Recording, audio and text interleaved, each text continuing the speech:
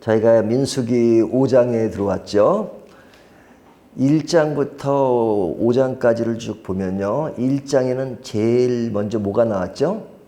인구조사가 나왔죠. 인구조사. 그때는 이스라엘 전체 인구조사였습니다. 20세 이상의 남자들을 조사했습니다. 그 인구조사하는 것은 이런 군사력, 이런 것들을 보강하기 위한 겁니다. 이스라엘 백성들이 광야로 지나갈 때 이렇게 그 모든 것을 이끌어갈 수 있는 사람들이 누구냐 하는 이야기를 1장에서 했어요. 그리고 나서 이제 이스라엘 사람들이 이렇게 거주할 때 진영을 짰죠. 진영. 그 진영에는 중심에 뭐가 있었죠? 성전이 있었죠. 성전에 성문이 있었죠. 성문이 있었고 그 옆으로 레위지파들이 있었고 그 주변에 12지파가 둘러쌌습니다. 자, 이것이 이제 4장까지 내용이었어요. 이 5장에 들어와서 보면 이 세 단락으로 나눌 수 있는데 5장 1절부터 4절까지는 그 나병 환자나 유출증 환자를 진영 안에 두지 말고, 진영 안에 두지 말고 진영 밖으로 내보내라 하는 이야기입니다. 밖으로 내보내라. 그 다음에 5절부터 10절까지는 그 죄를 지었으면 이제 보상을 해야 된다 하는 이야기를 하고 있고요. 11절부터 32절까지는 이제 죄에 대해서 이렇게 분명하지 않은 것, 의심이 되는 것이 있으면 그런 것들을 완전히 근절해야 된다 하는 이야기를 합니다. 그러니까 이 이야기를 다시 이렇게 정리를 하면 이겁니다. 차트에 보시는 것처럼 여기 보면 죄는 제거되어야 된다 하는 것이 4절까지 이야기고 죄는 갚아져야 된다. 5절부터 10절까지 이야기고 죄는 근절되어야 된다 하는 것이 11절부터 31절까지입니다. 예, 이 이야기를 하는 것을 좀 더 이제 구체적으로 얘기하면 하나씩 살펴보면요. 죄는 제거되어야 된다 그랬죠. 자, 제거된다는 것은 왜 제거되어야 되느냐. 3절을 보면요. 이렇게 말씀하고 한 남자가 그 여자, 아닙니다. 앞에 3절, 5장 1절부터 3절까지 보면 이렇게 말씀하고 있죠. 남녀를 막론하고 다 진영 밖으로 내보내어 그들이 진영을 더럽히게 하지 말라. 내가 그 진영 가운데 거하느니라 하시매. 이 진영 가운데 누가 계세요? 하나님이 계시죠. 하나님이 남녀를 막론하고 다 진영 밖으로 내보내어 그들이 진영을 더럽히게 하지 말라. 내가 그 진영 가운데 거하느니라 하시매. 하나님이 그 진영 가운데 계십니다. 그러니까 하나님이 계신 곳에는 죄가 있어서는 안 되는 거죠. 예를 들면 지금 우리 이 안에 어둠이 있습니까? 없습니까? 어둠이 없죠. 왜 어둠이 없어요? 빛이 있으니까. 빛이 있는 순간부터는 어둠이 사라지는 겁니다. 그러니까 하나님은 빛이신데 빛이 있는 그곳에 어둠이 있을 수가 없죠. 그러니까 하나님이 계신 곳에 죄가 있을 수가 없죠. 그러니까 하나님이 계신 곳은 죄가 없어야 된다. 그러니까 죄가 있다면 어떻게 해야 돼요? 제거해야 되죠. 제거해야 되죠. 어둠이 있으면 불을 켜야 되잖아요. 그런데 여기에 보면 구체적으로 어떤 사람을 이야기하냐면 이 유출병 환자나 나병 환자 이런 사람이 있으면 이것은 부정한 것이니까 이 진영에 두지 말고 바깥으로 내보내라 이런 말씀을 하잖아요. 그러니까 왜 그래야 되느냐? 하나님의 진영은 거룩한 곳이고 죄로부터 멀어져 있는 것이기 때문에 제거되어야 된다 하는 말씀을 하는 겁니다. 뿐만 아니라 죄에 대한 문제로 잠깐 벗어나서 그 장본인들, 병에 걸린 장본인들은 어때요? 고통 가운데 있잖아요. 이 병에 걸렸으니까 고통 가운데 있으면 그 고통하는 자를 그곳에서 멀리 떨어져 있게 함으로써 또 그것을 극복할 수 있는 그런 기회를 주는 것이죠. 자, 이것이 이전 그 5장에서 죄는 제거되어야 된다는 말씀을 하는 겁니다. 두 번째 이야기는 뭐냐면 죄는 갚아져야 된다 하는 말인데요. 이것이 이제 5절부터 10절까지 내용이 나오는데 자, 이스라엘 백성들이 죄를 범하면 어떻게 돼야 되느냐? 먼저 고백이 필요합니다. 이것은 사람과 사람과의 관계예요. 앞에 거는 하나님과 인간과의 문제라면, 두 번째는 인간과 인간 관계 속에서 어떤 문제가 벌어졌어요. 그리고 잘못한 것이 있어요. 그러면 어떻게 된다고요? 7절에 보면 그 지은 죄를 자복하고 그러죠. 이 자복하는 것은 누구에게 자복하는 거예요? 사람에게. 내가 A라는 사람이 B에게 잘못했으면 그 사람에게 가서 죄를 지은 것이 있으면 어떡하라고요? 자복하고 미안하다. 내가 실수했다. 내가 잘못했다. 이렇게 말하는 것이 필요하단 말이죠. 근데 그걸로 끝나는 것이 아니라 어떡하냐. 여기 보면 죄의 그 지은 것을 7절 그 지은 죄를 자복하고 그 죄값을 온전히 갚되 5분의 1을 더하여 그가 죄를 지었던 그 사람에게 돌려줄 것이요. 내가 어떤 사람의 물건을 훔쳤어요. 그러면 내가 100원을 훔쳤어요. 그러면 5분의 1이면 얼마요? 20원이 추가되는 거죠. 그러니까 120원을 갚아라 이거죠. 내가 지은 죄에 대해서 그것을 미안하다. 뭐 한마디로 끝내는 것이 아니라 분명하게 그것은 그 보응을 해야 된다. 그것이 온전해지는 것이다 하는 겁니다. 그러니까 거기에 대한 분명한 대가를 지불하라 하는 겁니다. 뿐만 아니라 그렇게 대가를 지불했으면 8절부터 10절까지는 뭐예요? 8절을 보면 그렇게 말씀하고 있죠. 8절 여기 보면 만일 죄값을 받을 만한 친적이 없으면 그 죄값을 여호와께 드려 제사장으로 돌릴 것이니 이는 그를 위하여 속죄할 속죄와 숫양과 함께 돌릴 것이니라. 만약에 그 대상자가 없으면 제사장에게 갖다 주고 그리고 뒤에 보면 그것을 속죄 수양을 가지고 속건제를 드려라 이거죠. 예? 그런 그 제사를 드려라 하는 겁니다. 그러니까 죄를 지었으면 그 죄를 그냥 간단하게 끝내는 것이 아니라 반드시 갚아야 한다 하는 겁니다. 자, 그리고 나서 이제 오늘 본문인 11절과 31절까지 이야기인데요. 이제 오늘 본문이 길잖아요. 11절, 31절까지 보면 이것은 뭐냐면 죄는 근절되어야 된다는 것인데 우리가 죄라고 하는 것이 불분명할 때가 있죠. 내가 생활하면서 죄를 지은 것인지 아닌지를 모르는 것이 있잖아요. 죄 같기도 하고 죄가 아닌 것 같기도 하고 그런 경우가 있어요. 확실하게 내가 누굴 죽였다 그러면 죄잖아요. 하지만 내가 이것이 죄인가 아닌가 불분명한 것이 있어요. 그 예를 드는 것이 뭐냐면 자 11절부터 32절까지는 뭐냐면 이제 부부가 있습니다. 부부가 있어요. 남녀 부부죠. 근데 이제 남편이 가만히 보니까 이 아내가 바람을 핀 것 같아요. 바람을 핀 거예요. 다른 남자와 바람을 핀 것 같아요. 근데 그것이 마음으로 그런 것이지 실제로 바람을 피웠는지 안 피웠는지는 모른단 말이죠. 근데 의심이 가. 그러면 의심 가면 의심하는 것이 죄입니까? 죄가 아닙니까? 의심하는 건 좋은 게 아니잖아요. 근데 실제로 그 여자가 죄를 졌어요. 그런 다른 나쁜 짓을 했어요. 그러면 나쁜 짓을 한 것을 가지고 의심을 했다면 그 죄에 대해서 의심을 했으니까 그거는 타당한 것이죠. 근데 그 여자가 아내가 아무런 그 죄가 없어요. 그런데 의심을 하고 있어요. 마치 의처증처럼. 그러면 그것은 뭡니까? 죄를 지은 것이죠. 근데 남편으로 볼 때는 그것이 불분명한 거예요. 그에게 그런 일이 있는가 없는가. 그럴 경우에는 찜찜하잖아요. 찜찜하잖아요. 예? 그러니까 찜찜한 경우에 어떻게 하느냐 하는 내용인데 자 이제 아내가 다른 남자와 동침을 하고 하는 것들이 의심이 되고 그러면 어떻게 하느냐 하는 것이 이제 오늘 11절부터 31절까지로 쭉 나오는데요. 자, 그것을 보면 자, 이 차트를 보십시오. 이것이 조금 길어요.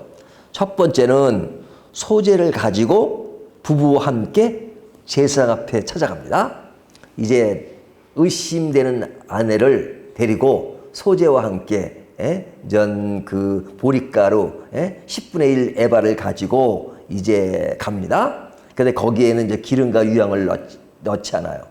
이것은 뭐냐면은 이제 기름과 유향이라는 기쁘고 즐거운데 지금 기쁘고 즐거운 것이 아니잖아요. 그러니까 이제 의심과 기억의 소재라고 할 수 있죠. 이것을 가지고 제사장 앞에 찾아갑니다. 그러면 이 소재를 가지고 부부와 함께 제사장 앞에 나아갑니다. 그리고 이제 여기 보리가루에와 10분의 1 기름과 양을 넣지 않는다. 의심과 기억의 소재다. 이렇게 말하죠. 그 다음에는 이제 제사장 앞에 갔어요. 그러면 제사장은 그 두 사람을 이제 그 여호와 앞에 세운 것입니다. 그러니까 여호와 앞에, 그러니까 하나님 앞에서 그들이 이제 모든 것들을 이렇게 이제 검토하도록 하는 그런 의식이죠. 그렇게 하고 난 다음에 세운 다음에 이제 그 여자에게, 그 여자는 지금 뭐 어떤 죄가 있는지 없는지를 몰라요. 그 여자에게 이제 그 죄가 있는지 없는지를 확인하는 절차가 들어가는 겁니다. 확인하는 절차가 뭐냐면 이제 토기에다가 이제 물을 붓습니다. 물을 부어요. 근데 이제 그거는 그 성막에 들어가면 이제 물동아리가 있죠. 거기에 이제 물을 해서 이제 그 물을 붓고, 그 다음에 거기다가 이제 성문에 있는 그 바닥에 있는 티끌을 거기다 넣습니다. 티끌을 넣어요. 티끌을 넣는 거니까, 그러니까 물에다가 티끌을 넣는 거니까, 그러니까 말하자면 뭐 조제를 하는 거죠. 물 가지고 조제를 하는 겁니다. 그렇게 해놓고, 자, 그렇게 한 다음에 이 여인은 머리를 풉니다. 예, 머리를 풀어요. 머리를 풀고, 그리고 제사장은 토기 그릇에 이제 물을 딱 들고 있습니다. 들고 있어요. 그리고 이제 제사장은 그 여인에게 말합니다. 예? 이제 내가 다른 남자와 동침을 했으면 너는 어떻게 될 것인지 이야기합니다. 예? 그 어떻게 된다는 거. 그러니까 그 당시만 해도 여자가 간음을 하면 그냥 돌로 쳐 죽이고 그럴 수 있었단 말이죠. 근데 이 여자는 지금 돌로 쳐 죽이지 않는 이유가 뭐예요? 확실치가 않으니까. 그러니까 제사장에 간 겁니다. 또 남편을 의심했으니까 아내를 데리고 간 거죠. 그러면 이제 그 물든 그것에 이제 제사장이 그렇게 말합니다. 내가 이제 죄를 만약에 지었다면 어떻게 될 것이다 하는 것에 대한 그 경고를 합니다.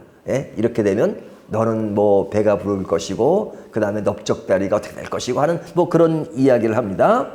그리고 네가 그렇게 되면 하나님께 진짜 심판을 받을 것이다 하는 그런 이야기를 하면 그 여자가 그 말을 듣고 뭐라고 답변을 하게 하냐면 아멘, 아멘 하게 합니다.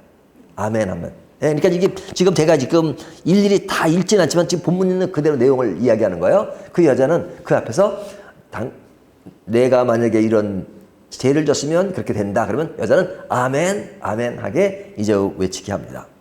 그리고 이제 그런 내용들을 이렇게 그 결과에 심판이 있다는 내용을 두루마리에 이제 이렇게 글을 써요. 글을 쓴 것을 이제 그 물에 빱니다. 그 물에 빠는. 그리고 그 여인에게 물을 마시게 합니다. 그 물을 마시게 해요. 자, 그래서 이 물을 마시면 죄를 범하였으면 배가 부르고 넓적다리가 마르고 이렇게 된다라고 말하죠. 여기 보면 그런 말이 나오죠. 27절 그 물을 마시게 한 후 만일 여인이 몸을 더럽혀서 그 남편에게 범죄하였으면 그 저주가 되게 하는 물이 그의 속에 들어가서 쓰게 되어 그의 배가 부르며 그의 넓적다리가 마르리니 그 여인이 그 백성 중에서 저주거리가 될 것이니라. 이제 그 여자가 범했으면 이제 넓적다리가 마르고 배가 불러서 이제 그 어떤 사람들에게 저주거리가 될 것이다 하는 이야기를 합니다. 그러나 그렇지 않으면 어떻게 되느냐? 그러면 28절 그러나 그 여인이 더럽힌 일이 없고 정결하면 해를 받지 않고 임신하리라. 그러니까 그 남편과 정상적인 관계로 임신을 하게 될 것이다 하는 이야기입니다. 그 당시는 오늘날 우리들이 생각할 때 잘 이해가 안 되는 측면이 많죠. 근데 그 당시는 여자가 임신을 하지 못하면 여자로서의 그런 구실을 못했다고 생각하는 겁니다. 그리고 하나님으로부터 저주를 받았다고 생각해요. 그 당시에. 근데 이제 이 여자가 임신을 한다는 것은 하나님의 복을 받았다는 것이죠. 그래서 이 사무엘의 엄마가 누구죠? 한나. 한나가 이제 아이를 낳지 못해가지고 계속해서 기도하는 것을 볼 수 있잖아요. 그리고 그 아이를 낳으면서 하나님의 복을 받았다. 이런 이야기를 하는데 이 여자가 임신을 했다는 것은 이제 그런 더럽힌 일이 없고 정상적인 그런 길을 간다 하는 것을 이야기하죠. 자, 이런 이야기를 보면 그 모든 그 피해가 여자에게만 있는 것 같잖아요. 여자에게 있는 것 같단 말이죠. 그러니까 여자가 의심이 되면 제사장에게 찾아가는 것. 그럼 남자가 의심이 되면 어떻게 해요? 그러면 이제 아내가 남편을 데리고 가야 될 거 아닙니까? 하지만 성경은 그런 이야기가 없단 말이죠. 그러면 왜 성경은 이제 왜 남녀 평등 시대에 여자에게만 너무 이제 이렇게 좀 불리한 것들로 치우쳐 있지 않느냐 하는 거죠. 그러니까 오늘날의 시점에서 보면 그렇게 느껴질 수 있어요. 하지만 당시에는 여자는 사실은 대우를 받지 못하던 시대예요. 그러니까 남자의 어떤 고난이 굉장히 세죠. 그래서 여자는 남자가 없으면 살 수가 없어요. 그래서 그 당시에는 남자가 없다는 것, 결혼했다가 남편이 없다는 것은 최고의 어려움으로 상징했단 말이죠. 그래서 가난과 과부에 대한 것들을 그렇게 평가됐어요. 옛날에는. 근데 그런 경우에 어려움을 얘기하면서 그 어떤 그 여자가 남편과 이혼을 할 때 이혼 증서를 써주라는 말을 하잖아요. 이혼 증서를 써줘라. 그러면 이혼 증서를 쓴다는 것은 뭐냐면 그 당시에 여자는 남자로부터 헤어지면 완전히 그의 인생은 끝났다라고 해도 과언이 아닐 시대였단 말이죠. 그러니까 이혼 증서를 써줌으로써 그 여자를 보호하는 겁니다. 보호하는 겁니다. 그러니까 오늘 본문에도 보면 이런 여자가 의심을 받으면 굉장히 고통스러운 것이죠. 고통스럽지만 이 고통으로부터 벗어날 수 있는 길을 만들어주는 것이고 사실은 그 당시 상황으로 보면 여자를 굉장히 보호하는 그런 것을 누가 하는 겁니까? 하나님께서 모세에게 말씀하셔서 그 당시의 시대적인 상황이 그렇지만 하나님은 그거를 뛰어넘어서 그 여자를 보호하는 그 말씀을 하는 겁니다. 그러니까 이것은 그 의심법이라고 할 수 있는 것인데 이 의심법을 통해서 그런 것을 해소할 수 있도록 만드는 겁니다. 자, 그렇다면 이제 오늘 본문은 이 세 가지를 얘기해요. 그 진영의 죄가 어떻게 된다고요? 제거돼야 되고 죄가 갚아져야 되고 그리고 죄가 근절돼야 되는데 이 근절되는 것은 불분명하는 것에 대해서 그런 것들을 분명하게 해결하고 넘어가라 하는 말씀을 합니다. 자, 그럼 이 본문이 주는 메시지의 교훈이 뭐냐? 자, 우리 자신이 곧 성전이죠. 오늘날 우리 자신이 성전이고 우리가 그 진영에 있는 것과 같습니다. 그렇다면 우리는 안에 있는 죄를 어떻게 돼요? 제거해야 되고 갚아야 되고 근절되어야 되는 것이죠. 이것이 은혜 아래에 있는 거룩한 성도의 자세입니다. 근데 이제 오늘날 우리는 율법을 뛰어넘는 율법을 완성한 그리스도의 시대에 살고 있잖아요. 그렇기 때문에 우리는 이런 모든 것들을 그리스도의 십자가와 그리스도의 사랑과 은혜 속에서 우리가 이 모든 것을 해결할 수 있는 것이죠. 그래서 오늘날은 이런 것이 문자적으로 그대로 적용되진 않죠. 오늘날 무슨 그 아내가 의심된다 그래가지고 교회에 이제 아내를 데리고 오고 무슨 이렇게 하지 않잖아요. 그러나 그 당시에 이러한 모습을 통해서 오늘날은 우리가 새롭게 생각하는 것은 무엇을 정리하는 것이냐면 내가 이스라엘 진영처럼 내가 하나님 안에 거하는 거룩한 성도라면 내가 은혜 가운데서 하나님이 죄를 용서하시지만 내가 죄를 결코 지어서는 안 된다 하는 생각을 해야 됩니다.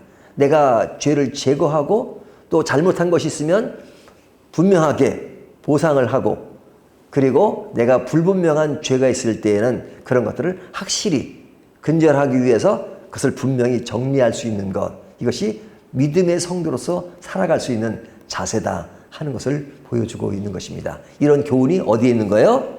민수기 5장에 있는 것이죠. 이 5장을 통해서 우리가 얼마나 하나님 앞에 값진 사람들인가, 귀한 사람들인가, 하나님이 계시는 곳이기 때문에 우리는 죄를 용납할 수 없다는 것은 하나님이 우리와 함께 한다는 것을 이야기하는 것이잖아요.